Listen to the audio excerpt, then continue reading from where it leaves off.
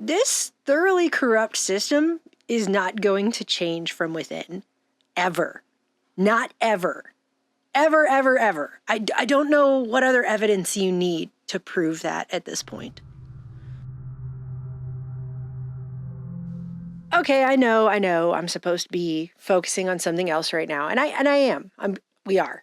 But I really wanted to share this with you because I feel like it's relevant to what's going on right now. And actually, it will probably not just explain what's going on right now. It will explain to you what's been going on for years and years in this country. It will also explain to you what's going to probably be happening for a while, or at least until people can start to wake up and see this for what it is. So if you've been watching what's playing out on the national stage for the past couple of weeks now, the absolute blatant theater. Are you still talking about Jeffrey Epstein? Of the Epstein files, which existed when Trump was running for president. Would you declassify the 9/11 files? Yeah. Would you declassify JFK files? Yeah. I did a lot of it. Would you declassify the Epstein files? Yeah, I would. All right. I guess I would. I think that less so because, you don't know. You don't want to affect people's lives if it's phony stuff in there. And existed when Pam Bondi claimed they were on her desk. The DOJ may be releasing the list of Jeffrey Epstein's clients. Will that really happen?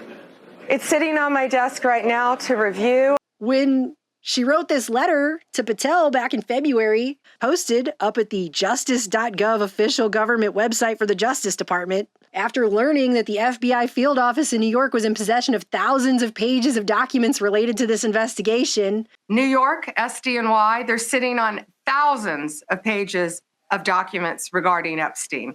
Thousands of pages of documents. I have the FBI going through them. When they invited the MAGA influencers to the White House to give them Phase 1 binders, which literally said on the front that they came from the most transparent administration in history, that redacted the files in them even harder than when those files were released in the first place years earlier. Then suddenly there's no files.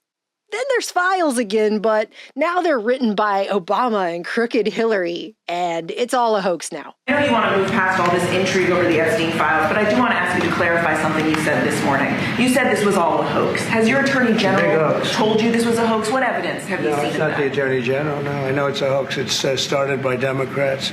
It's been run by the Democrats for 4 years. You had Christopher Wray and these characters and Comey before him. And it's a bad group. It started, actually, look at the Steele dossier that turned out to be a total hoax. The 51 agents, the so-called intelligence agents, it was a hoax. It's all been a big hoax. It's perpetrated by the Democrats. And some stupid Republicans and foolish Republicans fall into the net. Not to mention the video that the DOJ claims was full, raw, unedited video that the metadata proved was absolutely edited, was absolutely more than one clip that was pasted together, that there was several minutes missing. We released the video showing definitively the video was not conclusive, but the evidence prior to it was showing he committed suicide. And what was on that, there was a minute that was off the counter.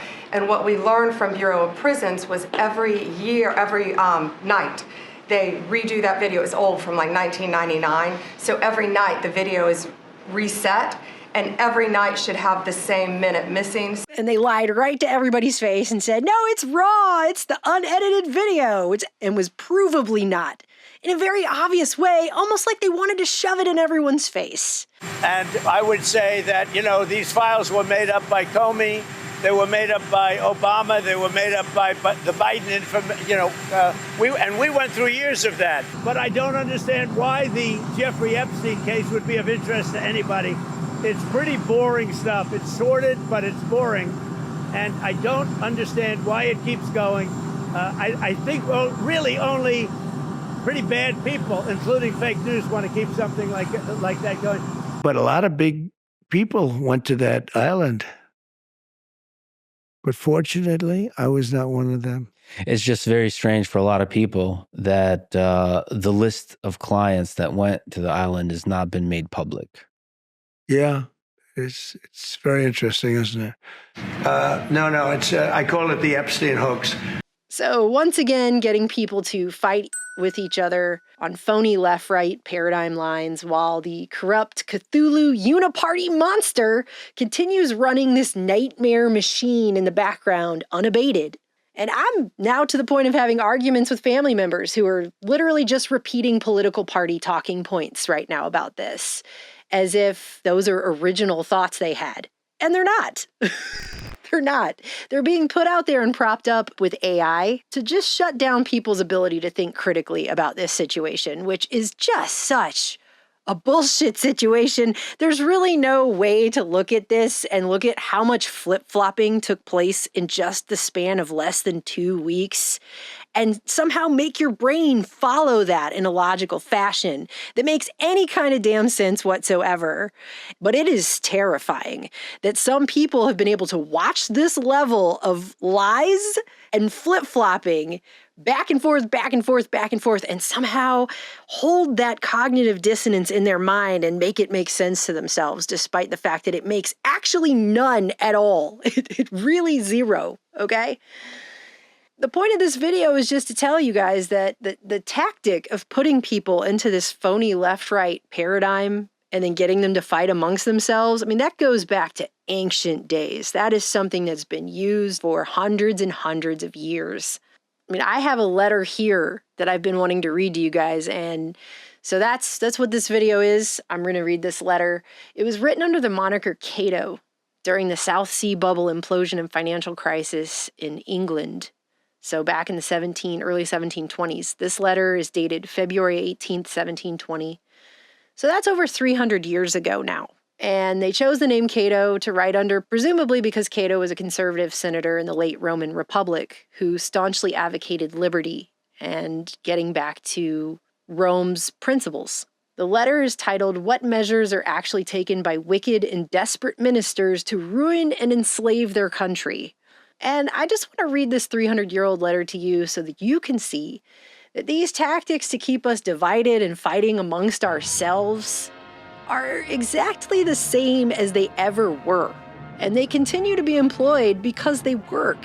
But it's the same exact thing that you're seeing right now play out to keep us divided instead of uniting against this absolutely, thoroughly, 100% through and through corrupt system. So here's this letter. I'm going to read it to you, and I want you to tell me if any of this sounds even the least bit familiar to you. Sir, as under the best princes and the best servants to princes alone, it is safe to speak what is true of the worst, so according to my former promise to the public, I shall take advantage of our excellent king's most gentle government and the virtuous administration of an uncorrupt ministry, this is all sarcasm, to warn mankind against the mischiefs which may hereafter be dreaded from corrupt ones. It is too true that every country in the world has sometimes groaned under the heavy misfortune, and our own as much as any, though I cannot allow it to be true what Monsieur de Witt has long since observed, that the English court has always been the most thievish court in Europe. Few men have been desperate enough to attack openly and barefaced the liberties of a free people. Such avowed conspirators can rarely succeed. The attempt would destroy itself. Even when the enterprise is begun invisible, the end must be hid or denied. It is the business and policy of traitors so to disguise their treason with plausible names, and so to recommend it with popular and bewitching colors, that they themselves shall be adored, while their work is detested, and yet carried on by those that detest it. Thus one nation has been surrendered to another under the fair name of mutual alliance. The fortresses of a nation have been given up, and attempted to be given up, under the frugal notion of saving charges to a nation, and commonwealths have been trepanned into slavery, by troops raised or increased to defend them from slavery.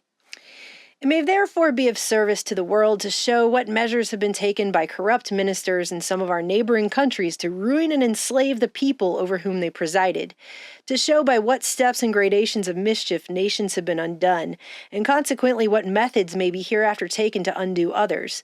And this subject I rather choose because my countrymen may be the more sensible of, and know how to value the inestimable blessing of living under the best prince and the best established government in the universe, where we have none of these things to fear.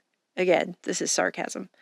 Such traitors will probably endeavor first to get their prince into their possession, and like Sejanus, shut him up in a little island or perhaps make him a prisoner in his own court, whilst with full range they endeavor his dominions and plunder his subjects. When he is thus secluded from the access of his friends and the knowledge of his affairs, he must be content with such misrepresentations as they shall find expedient to give him. False cases will be stated to justify wicked counsel. Wicked counsel will be given to procure unjust orders. He will be made to mistake his foes for his friends and his friends for his foes, and to believe that his affairs are in the highest prosperity when they are in the greatest distress, and that public matters go on in the greatest harmony when they are in the utmost confusion. They will be ever contriving and forming wicked and dangerous projects to make the people poor, and themselves rich, well knowing that dominion follows property, that where there are wealth and power, there will be always crowds of servile dependents, and that on the contrary, poverty dejects the mind, fashions it to slavery, and renders it unequal to any generous undertaking, and incapable of opposing any bold usurpation. They will squander away the public money in wanton presents to minions, and their creatures of pleasure or of burden, or in pensions to mercenary and worthless men and women for vile ends and traitorous purposes. They will engage their country in ridiculous, expensive, fantastical wars to keep the minds of men in continual hurry and agitation, and under constant fears and alarms, and by such means deprive them both of leisure and inclination to look into public miscarriages. Men, on the contrary, will instead of such inspection be disposed to fall into the measures offered, seemingly for their defense, and will agree to every wild demand made by those who are betraying them. When they have served their ends by such wars or have other motives to make peace, they will have no view to the public interest, but will often, to procure such peace, deliver up the strongholds of their country or its colonies for trade, to open enemies, suspected friends, or dangerous neighbors, that they may not be interrupted in their domestic designs. They will create parties in the Commonwealth, or keep them up where they already are, and by playing them by turns upon each other will rule both. And I'm going to repeat that again. They will create parties in the Commonwealth, or keep them up where they already are, and by playing them by turns upon each other will rule both. By making the Guelphs afraid of the Ghibellines, and these afraid of the Guelphs, they will make themselves the mediums and balance between the two factions, and both factions in their turns the props of their authority and the instruments of their designs. They will not suffer any men who have once tasted of authority, though personally their enemies, and whose posts they enjoy, to be called to account for past crimes, though ever so enormous. They will make no such precedents for their own punishment, nor censure treason, which they intend to commit. On the contrary, they will form new conspiracies or invent new fences for their own impunity and protection, and endeavor to engage such numbers in their guilt as to set themselves above all fear of punishment. They will prefer worthless and wicked men, and not suffer a man of knowledge or honesty to come near them, or enjoy a post under them. They will disgrace men of virtue, and ridicule virtue itself, and laugh at public spirit. They will put men into employments without any regard to the qualifications for those employments, or indeed to any qualifications at all, but as they contribute to their designs, and show a stupid alacrity to do what they are bid. They must be either fools or beggars, either void of capacity to discover their intrigues, or of credit and inclination to disappoint them. They will promote luxury, idleness, and expense, and a general deprivation of manners by their own example, as well as connivance and public encouragement. This will not only divert men's thoughts from examining their behavior in politics, but likewise let them loose from all the restraints of private and public virtue. From immorality and excesses they will fall into necessity, and from thence into a servile dependence upon power. In order to this, they will bring into fashion gaming, drunkenness, gluttony, and profuse and costly dress. They will debauch their country with foreign vices and foreign instruments of vicious pleasures, and will contrive and encourage public revels, nightly disguises, and debauched mummeries. They will, by all practicable means of oppression, provoke the people to disaffection, and then make that disaffection an argument for new oppression, for not trusting them any further, and for keeping up troops, and in fine for depriving them of liberties and privileges to which they are entitled by their birth and the laws of their country. If such measures should ever be taken in any free country where the people choose deputies to represent them, then they will endeavor to bribe the electors in the choice of their representatives, and so to get a council of their own creatures. And where they cannot succeed with the electors, they will endeavor to corrupt the deputies after they are chosen, with the money given for the public defense, and to draw into the perpetuation of their crimes those very men from whom the betrayed people expect the redress of their grievances and the punishment of those crimes. And when they have thus made the representatives of the people afraid of the people, and the people afraid of their representatives, then they will endeavor to persuade those deputies to seize the government to themselves and not to trust their principals any longer, with the power of resenting their treachery and ill usage, and of sending honester and wiser men into their room. But if the Constitution should be so stubbornly framed that it will still preserve itself and the people's liberties, in spite of all villainous contrivances to destroy both, then must the Constitution itself be attacked and broken, because it will not bend. There must be an endeavor, under some pretense of public good, to alter a balance of the government and to get it into the sole power of their creatures, and of such who will have constantly an interest distinct from that of the body of the people. But if all these schemes for the ruin of the public and their own impunity should fail them, and the worthy patriots of a free country should prove obstinate in defense of their country, and resolve to call its betrayers to a strict account, there is then but one thing left for such traitors to do, namely, to veer about, and by joining with the enemy of their prince and country, complete their treason.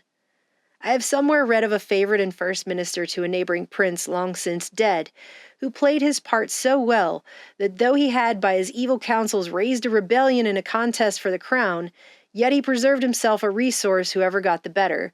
If his old master succeeded, then this Achitophel, by the help of a baffled rebellion, ever favorable to princes, had the glory of fixing his master in absolute power.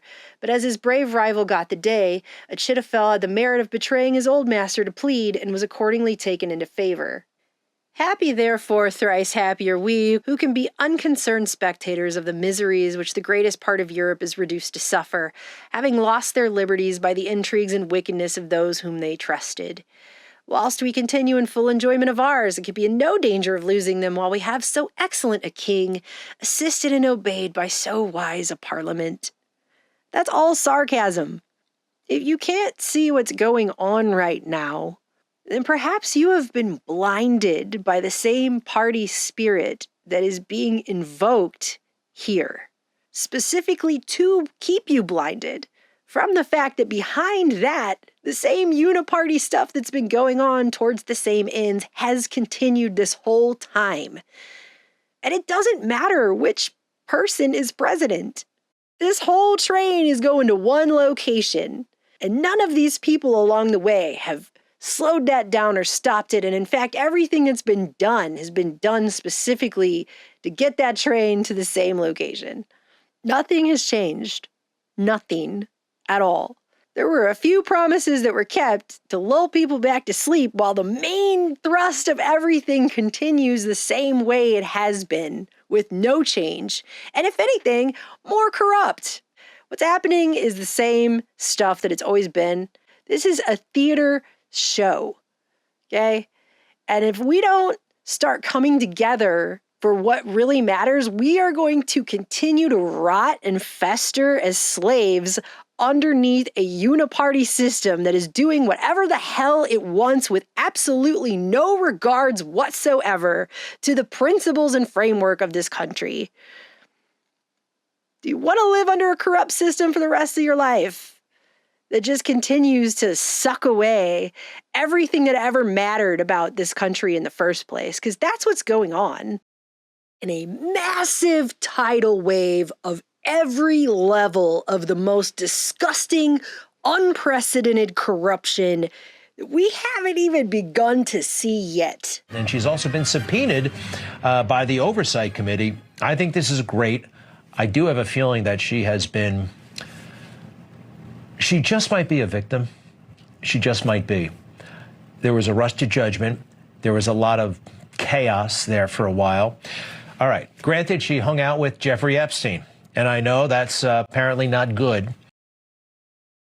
She hung out with Jeffrey Epstein. And I know that's apparently not good. But she's in jail for how long now? 20 years. A 20-year sentence. Would you consider a pardon or a commutation for Ghislaine Maxwell if It's something I haven't thought about. It's really something. It's something I'm allowed to do it, but it's something I have not thought about. But you wouldn't rule it out. These people have already made the bed they're lying in. They're trying to get you to accept this. They're trying to get you to make this be okay. They're trying to get you to look the other way now. They're trying to get you to be complicit in this level of repugnant, disgusting, oily, corrupt, so nasty. Like, they're trying to get you guys, everyone, to be okay with this and to look the other way. Are people going to do it? Are people going to continue to do it?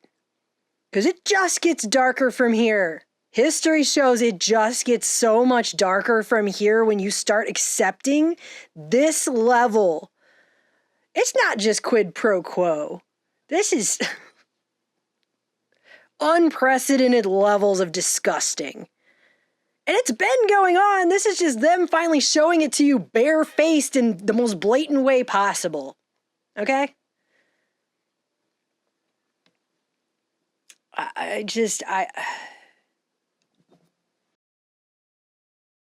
love you guys. I'm just so utterly disgusted. I don't even know what else to say.